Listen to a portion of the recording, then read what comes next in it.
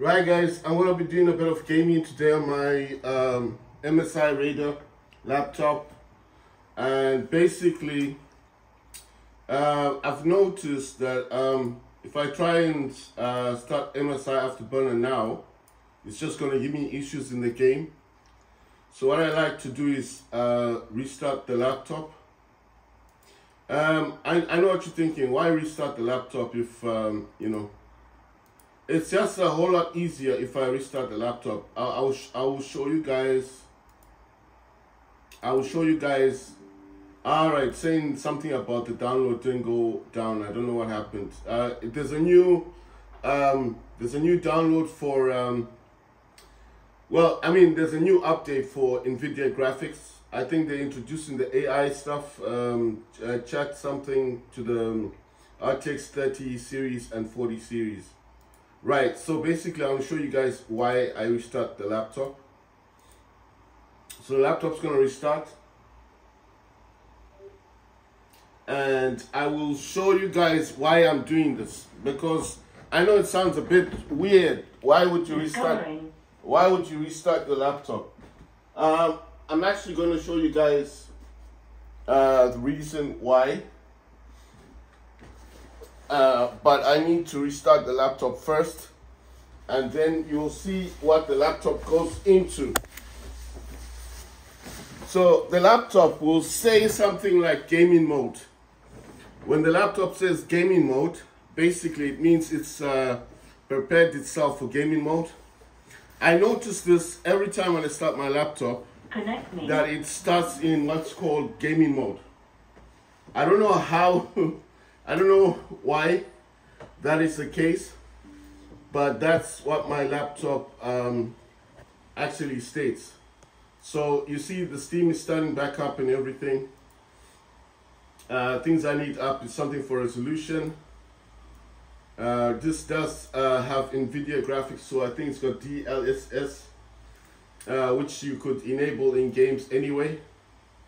Next, I'm going to start up Omen Gaming Hub. After Omen Gaming Hub, I'm going to start up another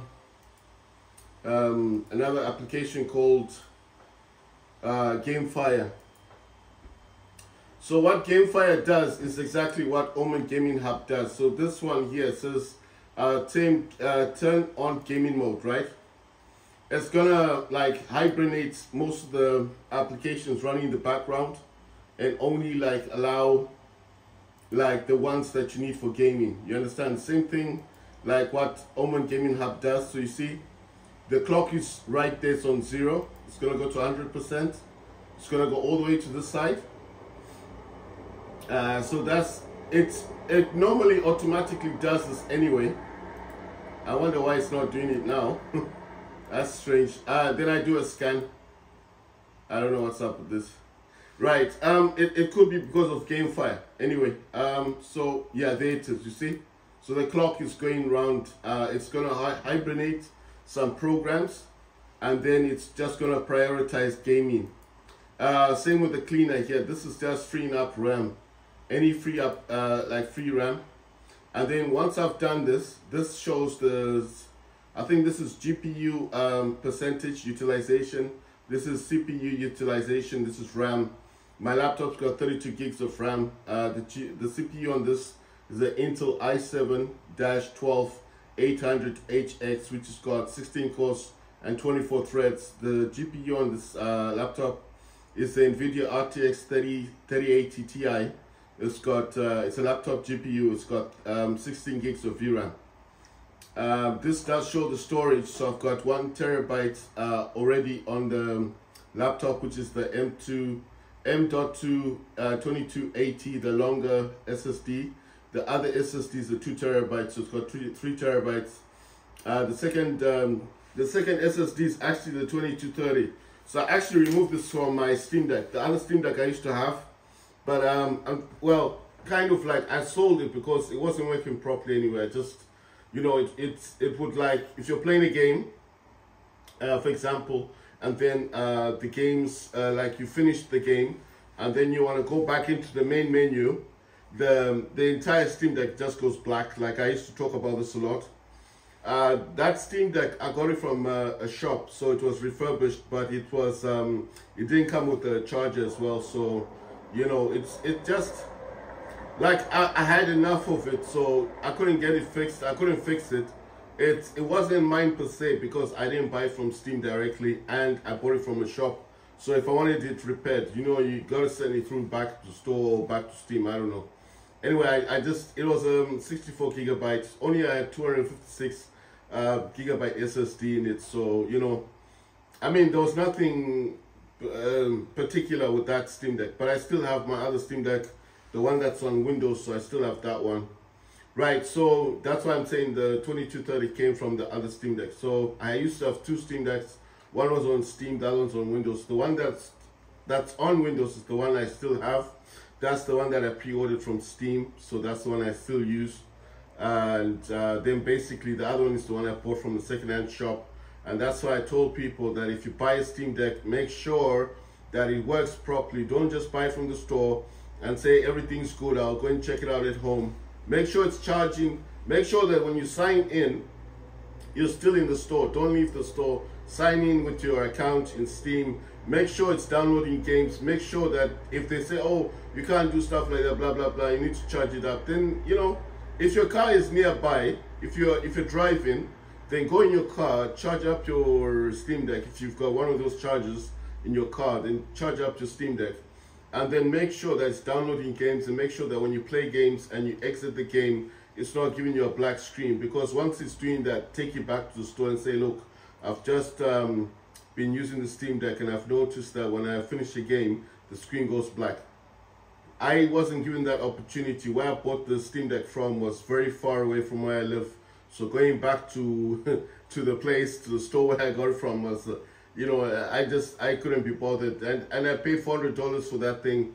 And when I realized that I could have just bought a refurbished second-hand Steam Deck directly from Valve, from the website, from the store directly, which even costs less than $400, would have cost me only about $270 US. I started realizing that I wasted so much money buying a second-hand Steam Deck from the store. That's why I'm saying buy direct from Steam, and then if you have a problem, you can just refer it back to them, because all their Steam Decks that are refurbished, the second-hand Steam Deck, I'm talking about LCD Steam Decks, they always come with warranty, so do not buy from stores. I'm just saying, unless the store's got a good reputation, do not buy. Just buy directly from Steam. Right, so this shows the storage. My laptop's got 3 terabytes, got 32 gigs of RAM. It uses the 4800, I think it's GDDR4 or something, RAM. It's got the RTX 3080 Ti laptop GPU, which has got 16 gigs of VRAM. It shows the network speed, and then it's got this is also task manager. I did say, guys, if you need this Omen Gaming Hub, you can get this from the Microsoft Store, so you do not need to buy this. This is free. You can just download this, and once you've used it, what you need to do in here is don't close it down. Once you got all this stuff going, the booster and the cleaner, you need to go into quick setup, and then you need to set it up here. So you see down here, it does say boost all of my games. Yeah, you need to click this on. The next thing you need to do is to click on optimize. No, sorry, you need to click on these other ones here. I'm trying to find the thing. Oh yes, down here, sorry, where it says scheduler, down here where it says cleaner, go down, it says scheduler, click on this. And then it's already got 12 whatever AM on this. You need to click down here, which for weekly, not monthly, but weekly. Now I'll say why it's weekly, because there's no daily option. So why did I put weekly? Because what I do with this is you click all of these: Monday, Tuesday, Wednesday, Thursday, Friday, Saturday, Sunday, right? And since it's a weekly option, because I've clicked for every day of the week, it will clean my laptop daily. This happens on my Steam Deck as well. I've got the same gaming hub on the Steam Deck. So you need to set this up, and where it says schedule on top here, where it says off, you need to click this on and then click on here. So automatically clean after every time you play a game, it cleans your RAM. So it's very good, it's free, it's got a booster, it will actually shut down applications in the background. If you've ever used these other types of applications like Vortex, or sorry, I can't remember the names exactly, but if you've used these other I'm trying to remember the name of the program I had last time. It wasn't that good because every time you used it, it's like it would shut down my what you call this it would change the power plan of the laptop. So if it does do that, then it's like basically what's the point of having a power plan? You understand what I mean? Yeah, Razer Cortex. Sorry, Razer Cortex. I used to use Razer Cortex. Once you've done with all this and you've set up the schedule and you've done all the stuff boosting, you can just shut it down. It's fine. It now knows that every time when you play a game, it automatically will free up RAM, right? This is for resolution. I'm gonna jump. This one is DS for Windows. Like I said, I do not use DSX because I've had issues with DSX on my Steam Deck. Right, this one is game fast, and what this does is that it prioritizes gaming. So it's got this option, extreme game mode. So I'm gonna click that on, and that's the dashboard. So what this is doing, this is the Wi-Fi center for the MSI laptop. What this is doing is prioritizing gaming. It shuts anything that's running in the background, gets like low, what can I call this? Like it doesn't get prioritized. You can see right up there where it says 1, it says games. So that's what it's prioritizing right now. That's why I click on extreme game mode. So it knows that what I want my Wi-Fi for is just gaming. Right, so I need to move one of those apps. I don't know where the app is gone. Okay, it's over here. I'm gonna push this there. Then next, I'm gonna go for, gonna shut down a few applications. Now these ones are Intel applications. I know what you're wondering, and it's still series because my laptop still series keyboard or whatever. It's got some software there. The other things I do shut down is like CC Cleaner, because to me it's like these are just going to use too many resources in the background. There are things that I leave on, but those are the things I do shut down.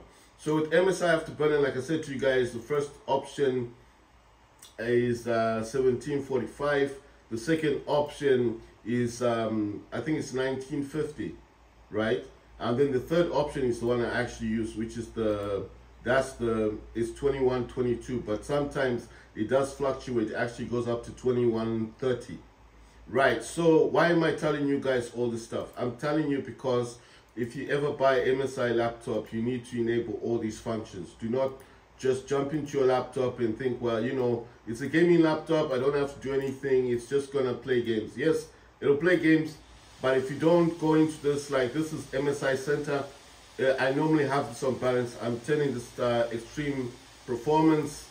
It's got this thing where you can control the fans, or you can have this advanced fan thing, which I don't like to mess with, so I just go to cooler boost. It has auto, but I select cooler boost because you see the fans are going now. GPU, I set the core clock offset to 200 megahertz, VRAM or clock offset to 200 megahertz. So that's like basically saying my laptop, unfortunately, is set to 1590. So even though if I set it to 200, that's like 1790. It's still very low for games. Trust me, that's very low for games. And I've noticed that in games like Call of Duty. Now, if you're just going to be using your laptop for Game Pass, then you don't need any of this stuff. Because basically, what do you need it for? You understand what I mean? If you're just using your laptop for Game Pass, you can play games on your Steam Deck. You don't need a gaming laptop. That's the whole point of Game Pass. But I'm just saying for those people that, you know, that, I don't know, if you guys need to have a gaming laptop, you know, maybe you do need this stuff, that's fine. But what I'm saying is that Game Pass is streaming games. So I'm not saying it's a bad service. I'm just saying that if you do use your laptop for Game Pass, you don't need a gaming laptop because you're streaming the game. You don't download the game. The only thing you need to make sure is that if your laptop is not a gaming laptop, make sure, I'm pretty sure your laptop needs to be at a certain standard for Game Pass, because you are streaming games. You will need some kind of like a CPU standard, like a GPU standard on your laptop. So I'm not saying particularly like a Chromebook is okay for Game Pass. You can use a Chromebook for playing games, But what I'm saying particularly is like if you want the best performance of the game, because I've noticed like when I was on my Steam Deck last time and the certain games I was playing, I just noticed that it does kind of drag a bit on the Steam Deck. So sometimes I'll be playing Fortnite, right, and I've noticed a few glitches. Not all the time. It's very unlikely that it's going to happen to you, but sometimes it happens. So what I'm saying is that just make sure your laptop meets a certain standard. So don't just grab any laptop you find in a store. It's got Intel i7, it's got no graphics card on it. It will just play the games because it's streaming games. Even if you stream games on your phone, you need a particular phone for streaming games. So that's why I'm saying if your phone needs to be at a certain standard, then why not your laptop?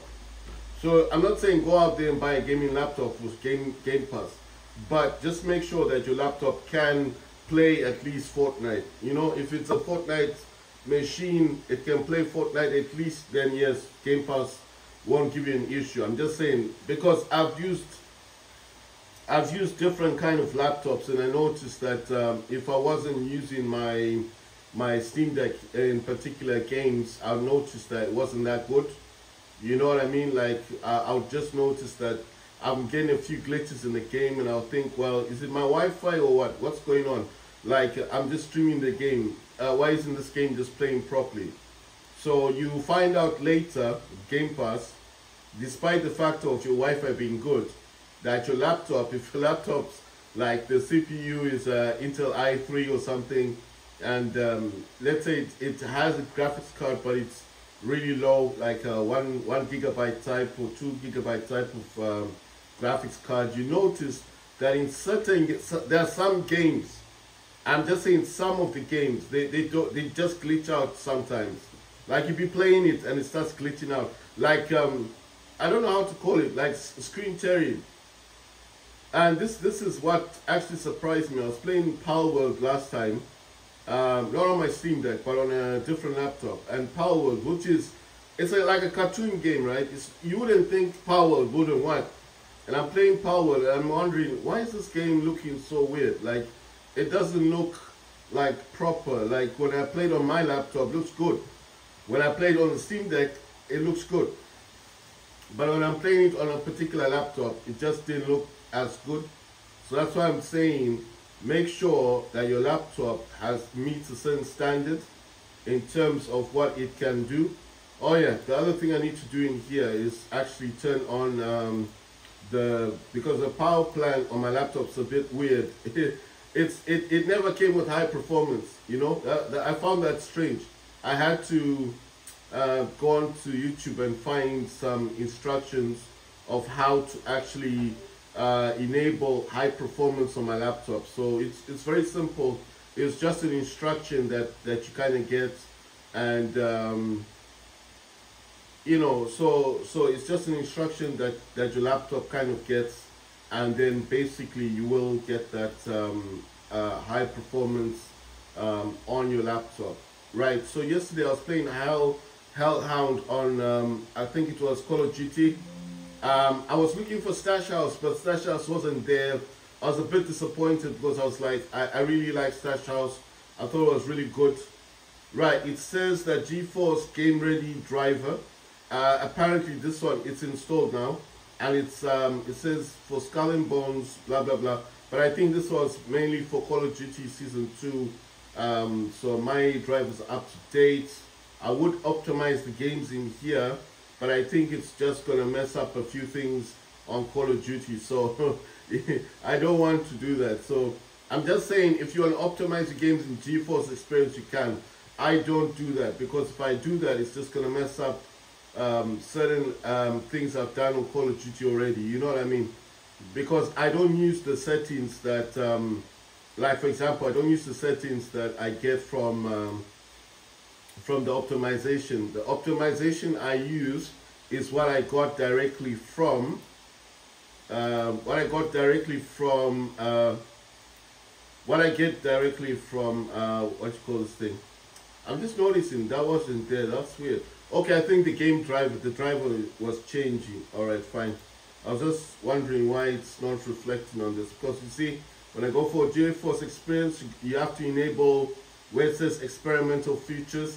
I told you guys about this. If you want to find out what your graphics card on your laptop can do in terms of how high it can go in megahertz, you need to go into GeForce Experience, click on this one, you know, the bell thing, and then the share, the one next to it, this icon here, the settings. Click on that.